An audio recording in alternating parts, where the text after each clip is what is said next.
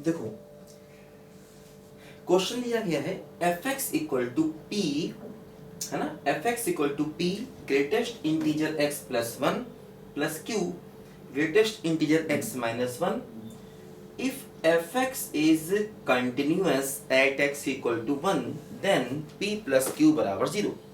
मतलब अगर function x बराबर वन पर कंटिन्यूअस है ना, अगर function x equal to one पर कंटिन्यूअस है तो p प्लस क्यू बराबर जीरो होना चाहिए। ऐसा देखो हमें यहाँ पर प्रूफ करना है ना। अगर function x equal to one पर कंटिन्यूअस है तो p प्लस क्यू बराबर जीरो होना चाहिए।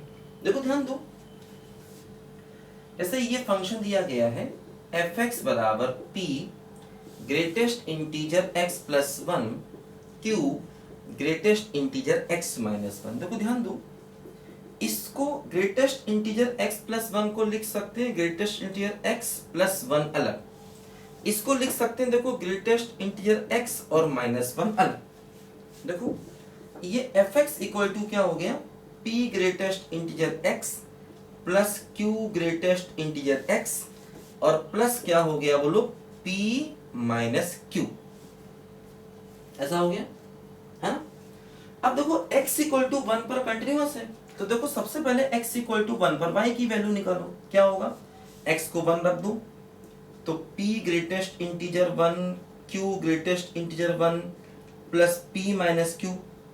देखो y क्या है, ग्रेटेस्ट इंटीजर वन का मतलब ग्रेटेस्ट इंटीजर तो p plus q plus p minus q। देखो y की वैल्यू क्या आ गई, टू ब्रैकेट में p माइनस क्यू, तो x इक्वल टू वन पर देखो ये हमारी y की वैल्यू आ गई, टू ब्रैकेट में p माइनस क्यू। ठीक, अब देखो क्या होगा अगर हम वन पर, क्योंकि ये दिया गया है फंक्शन कंटिन्यूअस है तो प्रूव करना है p प्लस क्यू बराबर जीरो, ऐसा यहाँ पर देखो प्रूव करना है। ठीक है, देखो ये फंक्शन हमारे पास है। अब अगर हम x इक्वल टू वन पर राइट हैंड लिमिट निकालें, देखो x इक्वल टू वन पर राइट हैंड लिमिट निकालें तो क्या होगा, x tending to one plus, ठीक, p greatest integer x plus q greatest integer x plus p minus q। देखो x को वन से बड़ा लेना है, जब x को वन से बड़ा लोगे तो ग्रेटेस्ट इंटीजर वन हो जाएगा, है ना। जब आप x को वन से बड़ा लोगे तो ग्रेटेस्ट इंटीजर वन ही हो जाएगा। यहां पर भी देखो ये हो गया p माइनस क्यू, है ना। देखो q से q कट गया और रिजल्ट 2p के बराबर आ गया। अगर हम x को वन से बढ़ा लेंगे तो ग्रेटेस्ट इंटीजर वन के ही बराबर हो जाएगा। देखो इसी प्रकार अगर हम लेफ्ट हैंड लिमिट निकालते हैं तो x tending to one minus, है ना।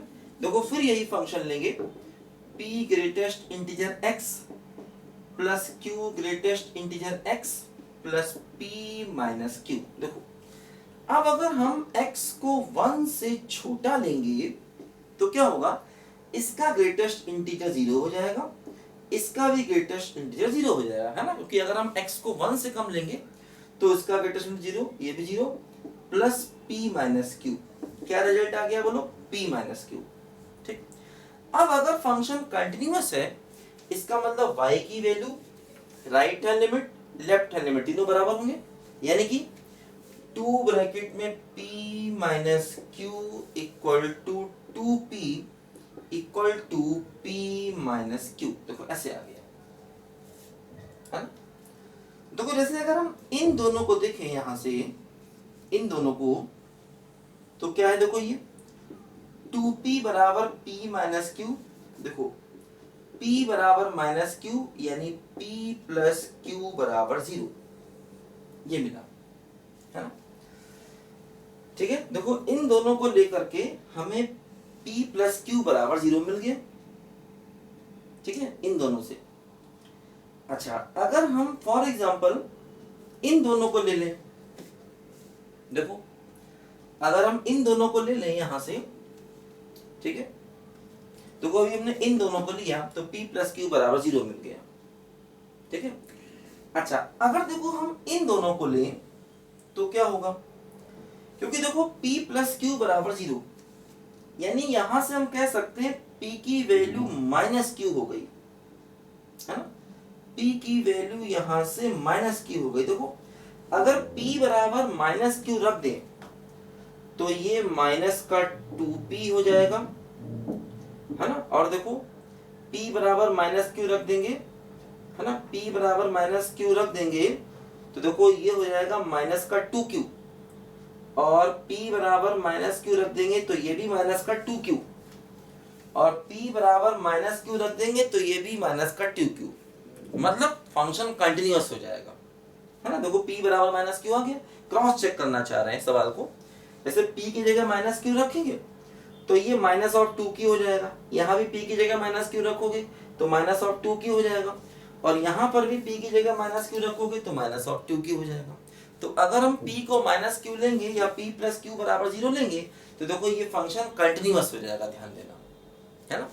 यानी अगर फंक्शन कंटिन्यूअस है तो p प्लस क्यू बराबर 0। देखो ध्यान दो, जैसे ये बात प्रूव हो गई। अगर हम इस रिजल्ट को देखें, ये क्या कहता है, ये कहता है 2 ब्रैकेट में p माइनस क्यू बराबर 2p। देखो 2p माइनस 2q बराबर 2p, 2p कैंसिल हुआ तो माइनस 2q बराबर 0। देखो q की वैल्यू 0 आ गई, और अगर q 0 आ गया इसका मतलब p भी 0 आ जाएगा, ध्यान दो, है ना। तो देखो यहाँ से q 0 आ गया, और अगर q 0 आ गया इसका मतलब p की, मतलब p और q अलग अलग भी निकाल सकते हैं। तो बेसिकली दोनों के दोनों इंडिविजुअली 0 हो सकते हैं यहाँ पर, है ना। तो p और q दोनों के दोनों अलग अलग भी यहाँ पर 0 हो सकते हैं, ठीक है। और ऐसा भी कह सकते हैं कि p प्लस क्यू बराबर 0 है, ये बात भी यहाँ पर सही है ना। दोनों ही बातें यहाँ पर सही है। लिखो बच्चों ध्यान से जल्दी इसको।